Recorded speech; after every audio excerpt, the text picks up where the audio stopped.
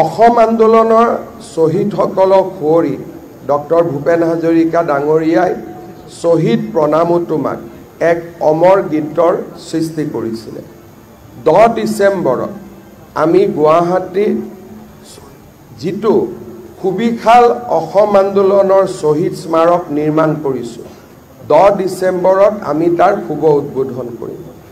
সেই দিনাখন সমগ্ৰ অসমতে আকৌ এবাৰ শ্বহীদ প্ৰণামো তোমাক এই গীতটো এনেধৰণে আমি পৰিৱেশন কৰিম।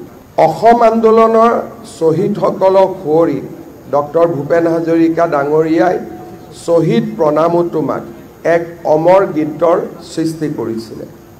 10 ডিচেম্বৰত আমি গুৱাহাটীত যিটো সুবিশাল অসম আন্দোলনৰ শ্বহীদ স্মাৰক নিৰ্মাণ কৰিছোঁ, 10 ডিচেম্বৰত আমি তাৰ শুভ উদ্বোধন কৰিম।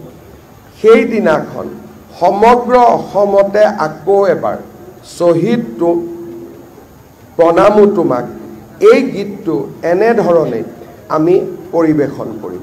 অসম আন্দোলনৰ শ্বহীদসকলক সুঁৱৰি ডক্টৰ ভূপেন হাজৰিকা ডাঙৰীয়াই শ্বহীদ প্ৰণামো তোমাক এক অমৰ গীতৰ সৃষ্টি কৰিছিল।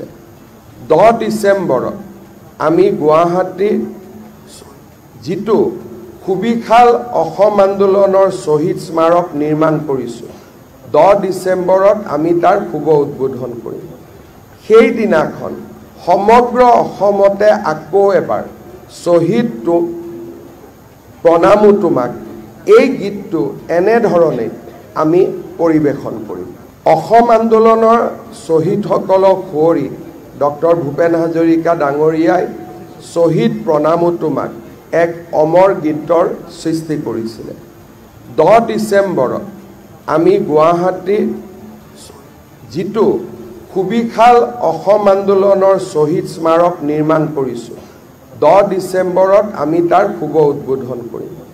সেই দিনাখন সমগ্ৰ অসমতে আকৌ এবাৰ শ্বহীদ প্ৰণামো তোমাক এই গীতটো এনেধৰণে আমি পৰিৱেশন কৰিম।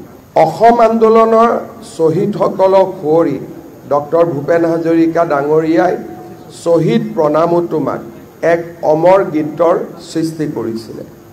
10 ডিচেম্বৰত আমি গুৱাহাটীত যিটো সুবিশাল অসম আন্দোলনৰ শ্বহীদ স্মাৰক নিৰ্মাণ কৰিছোঁ, 10 ডিচেম্বৰত আমি তাৰ শুভ উদ্বোধন কৰিম। সেই দিনাখন সমগ্ৰ অসমতে আকৌ এবাৰ শ্বহীদ প্ৰণামো তোমাক এই গীতটো এনেধৰণে